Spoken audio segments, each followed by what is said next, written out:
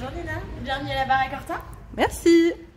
Je suis ravie de t'accueillir et de te faire découvrir notre première boutique officielle qui a ouvert au 16A rue Jean Stas début décembre.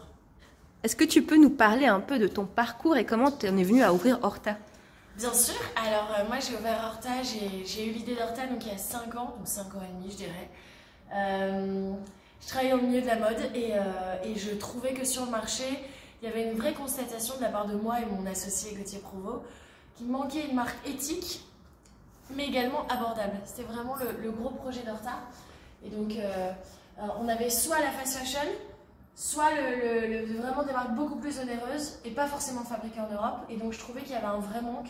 Et je me suis dit, bon bah, il y a quelque chose à faire. Et du coup, c'est quoi un peu l'esprit d'Horta? L'esprit d'Horta,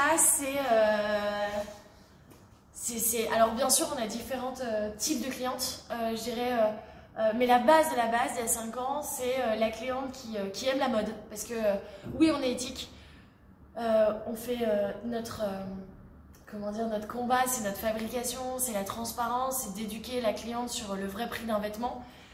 Mais je dirais qu'on avait vraiment envie que cette marque soit éthique, certes, bien évidemment, mais surtout qu'elle soit mode. Parce qu'il n'y avait pas vraiment de marque éthique à l'époque sur le marché qui alliait vraiment les deux. Et donc voilà, une marque mode, mais une marque aussi où on peut s'habiller. Parce que moi, voilà, j'avais pas la chance de pouvoir m'habiller dans les marques prestigieuses quand j'étais adolescente. Et je voyais toutes mes copines arriver avec des marques et je me disais, je me sens différente, cette marque n'est pas accessible. J'en étais même gênée d'aller dans les boutiques. Je me sentais pas à l'aise et c'était aussi mon premier combat, un des premiers combats pour cette boutique, c'est de se dire n'importe qui se sentira bien dans cette boutique, qu'on ait les moyens, qu'on n'ait pas les moyens, qu'on vient juste regarder. Et c'est pour ça qu'on l'a appelé la Baraque Horta. On est chez nous, on est à la maison, on s'y sent bien. Et aujourd'hui, on a de plus en plus de magasins, enfin de marques qui font de la mode durable, fabriquée en Europe aussi, un peu dans le même style qu'Horta, mais qu'est-ce qui vous différencie? Alors déjà, c'est génial que les choses changent, que les mentalités évoluent, que même les marques hyper établies sont en train de changer de stratégie et reviennent vers l'Europe plutôt que l'Asie. C'est primordial pour les années à venir et pour notre planète. Je dirais que notre différenciation, elle est sur plein de piliers. C'est un peu ce que je dis sur l'entrepreneuriat. Enfin, ce que j'aime raconter, c'est qu'il n'y a pas un élément qui a fait que Horta, on est arrivé là. C'est plein de petits éléments. Je pense qu'on est arrivé au bon moment sur le marché, on va être honnête. On était très peu. J'ai également beaucoup montré les coulisses. Moi, dès que je vais dans mes usines, je montre. J'ai pas peur qu'on vienne me chercher mes usines, entre guillemets, enfin qu'on me vole mes usines. Montrer les galères de l'entrepreneuriat. Moi, pendant 1 an et demi, j'étais toute seule à la com, à la compta, à la production, à tout. Et donc, je montrais mes galères. Je montrais la réalité du terrain. Je pense que les gens, notre communauté en tout cas, a apprécié ça et s'est senti embarqué dans l'aventure.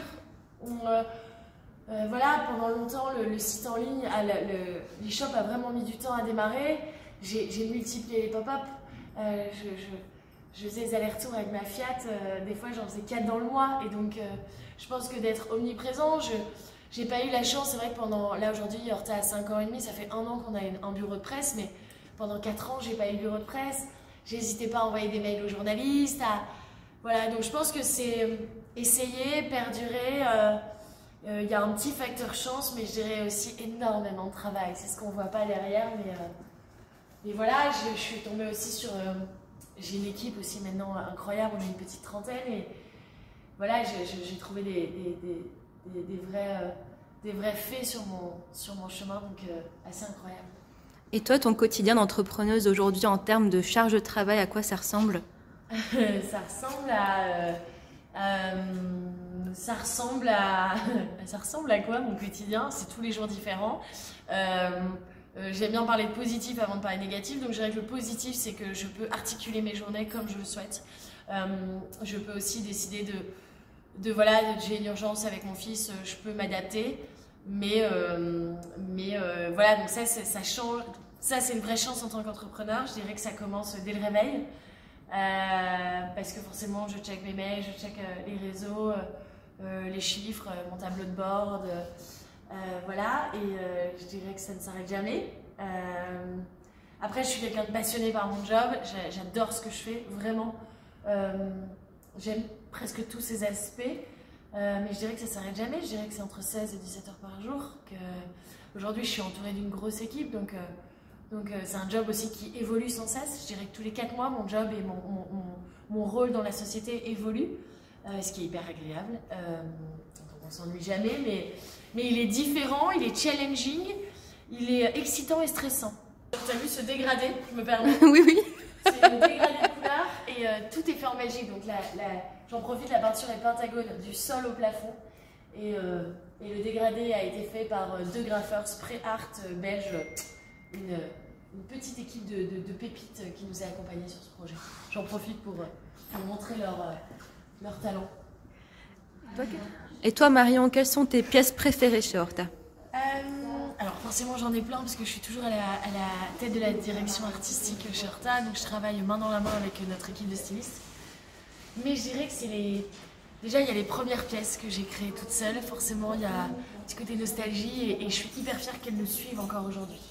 Donc et les pièces en fait au-delà du... parce qu'on se prône et notre combat c'est l'éthique, c'est l'engagement, c'est côté abordable, voilà, c'est aussi avoir des pièces qualitatives, c'est surtout ça qui perdure d'année en année. Et moi, mes gabins, par exemple, ça fait 4 saisons qu'on l'a, 4 ans. Le pull gabin, c'est un de nos best-sellers, et ben, il me suit Enfin, celui que j'ai ici, c'est mon premier d'il y a 4 ans, et donc j'aime ça. Je suis très attachée à ces valeurs-là. Il y a Lia qui vient de rentrer cette année. Je suis amoureuse de la matière, je trouve dingue. Et alors, je suis très attachée à la jupe Adeline, par exemple, des pièces comme ça,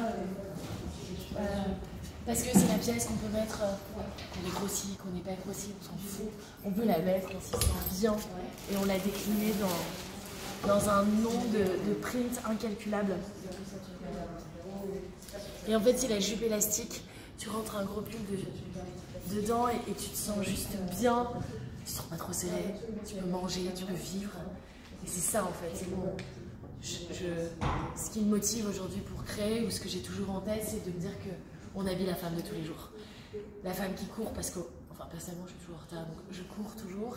La femme qui court, qui n'a pas le temps le matin et qui a juste en fait, n'a pas la veille préparé sa tenue, etc. Mais juste en fait, qui a juste envie de se sentir bien dans ses vêtements, mais avoir confiance aussi et donner cet entrain nécessaire et cette confiance en soi juste en portant du Horta. Alors je me dis que là on a... Donc moi ma question c'est, est-ce que vous pensez à l'internationalisation? Alors on est déjà très international aujourd'hui chez Horta parce que on livre, voilà, on livre énormément en France, aux États-Unis, en Suisse, on est très fort dans ces pays-là. Aux Pays-Bas, c'est vraiment notre top 5 avec bien évidemment la Belgique. Donc l'international, c'est vrai que j'ai pris le pas dès le début. Je ne me suis pas limitée à la Belgique, je pense que j'ai vécu dans plein de pays différents et je pense que c'est ce qui m'a motivée. Et surtout, j'avais besoin d'être connue au plus grand nombre, donc de mettre toutes les chances de mon côté. Parce que vraiment, j'ai démarré de zéro sur Instagram. Donc j'ai aussi bien envoyé j'ai beaucoup envoyé aux influenceuses pour permettre de faire connaître Horta à ses débuts et encore aujourd'hui. Et donc voilà, je me suis jamais limitée en termes de pays et aujourd'hui c'est vrai qu'on récolte ce long travail de plusieurs années. Donc on ouvre toujours des pop-up stores Horta ou des pop-up stores depuis 2 ans, donc un peu partout en Europe, en Europe francophone. Donc on a ce désir de continuer à ouvrir ces pop-up. On est à Lille, là on ouvre à Lille aujourd'hui, mais on ouvre pour 20 jours alors qu'avant on était plus sur 5 jours, donc c'est des pop-up qui sont plus longs.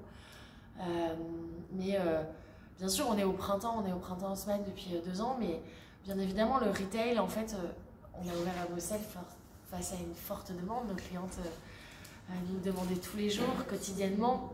Et donc, on essaye d'écouter au maximum et de pouvoir répondre aux demandes de notre communauté, parce que c'est eux, c'est grâce à elles quand j'en ai là aujourd'hui, que je suis devant vous, que j'ai mon équipe, qu'on est 30, qu'on a 400 couturières au quotidien. Et ça, faut pas l'oublier. Donc, on écoute beaucoup leurs demandes. On s'est dit, ok, on se lance dans ce projet fou.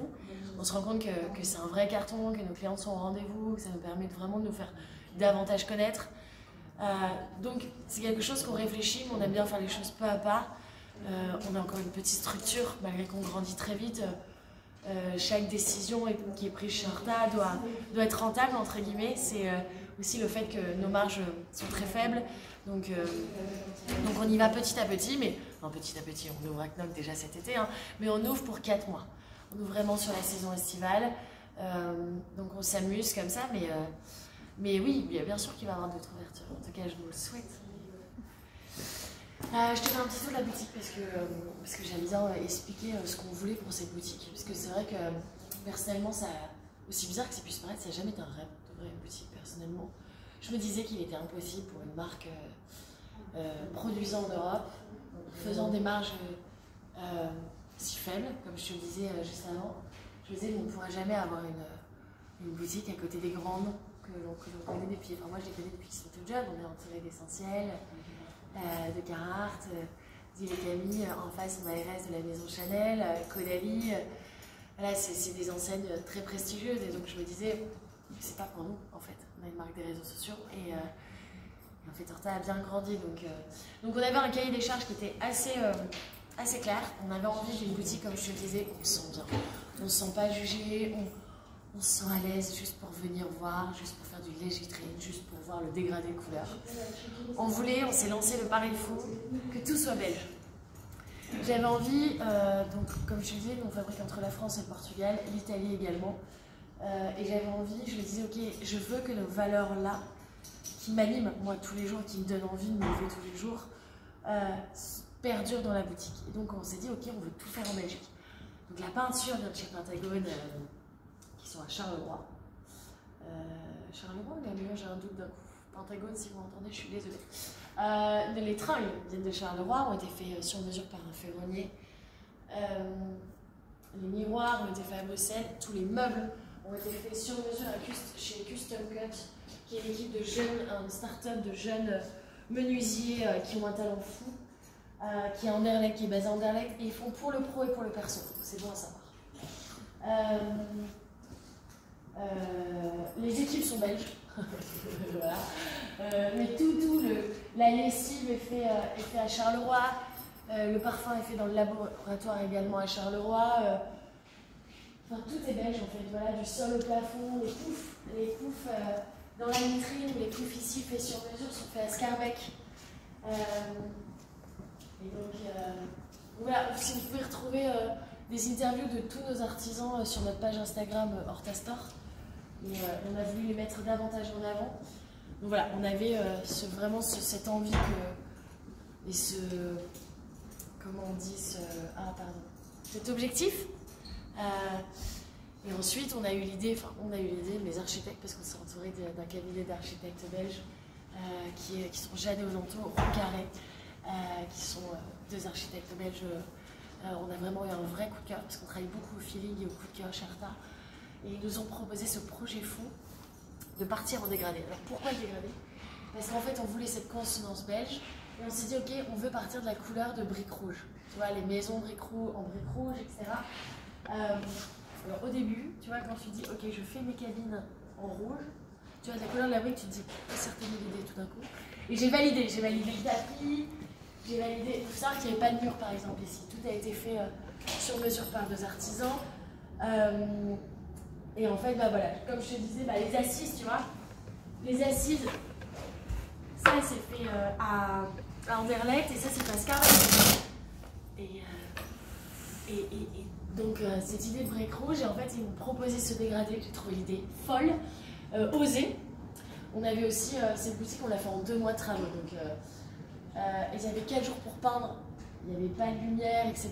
Donc c'était un vrai pari. Nos peintres nous ont dit que c'était pas possible pour eux de le faire. Donc on s'est dit ok, il faut qu'on trouve des personnes. Et c'est Laurence qui s'occupe des pop-up stores, qui est en charge des pop-up stores chez Horta, qui m'a dit écoute, moi je connais 2 graffeurs qui, je pense, pourraient réaliser ce pari fou. Et ils l'ont fait. Et c'est Sprea, donc ils ont vraiment fait un travail incroyable. Et donc on a aussi plein de clients qui viennent juste pour observer cette boutique. Juste au niveau architecture, et je me dis qu'alors c'est chouette, je me dis que les gens, enfin voilà, ce qu'on nous dit, c'est que les personnes se sentent bien. 3e critère, j'avais aussi envie d'une boutique instagrammable un peu, pour rappeler d'où on vient, parce qu'Horta a vraiment commencé sur les réseaux sociaux. Et donc un petit côté Instagrammable. On avait aussi envie que nos vidéos, tout ça se retranscrit dans la boutique. Donc l'idée c'était assis, hop, tu peux te prendre un petit coca, parce que je bois un coca qui est caché, je me dis que tu vas le voir en vidéo. Et voilà, nos réels qui tournent en temps réel, c'est à dire. Voilà, on avait aussi, là c'est vraiment l'idée d'avoir fait une armoire sur mesure, avec le moodboard du mois, inspirer la cliente, ce qu'on a voulu raconter, ce qu'on a voulu dire. Je avec le coca, je vais me gorger. Et donc, voilà, on a essayé de raconter une histoire, on essaie de la raconter aussi tous les mois en même temps que nos collections. Et on est trop content que les clientes adorent cette boutique, qu'elles puissent essayer surtout et nous rencontrer. J'essaye au maximum de venir, comme dans nos usines, et d'être présent. Et donc voilà, je suis très reconnaissante et très chanceuse d'avoir pu ouvrir cette boutique.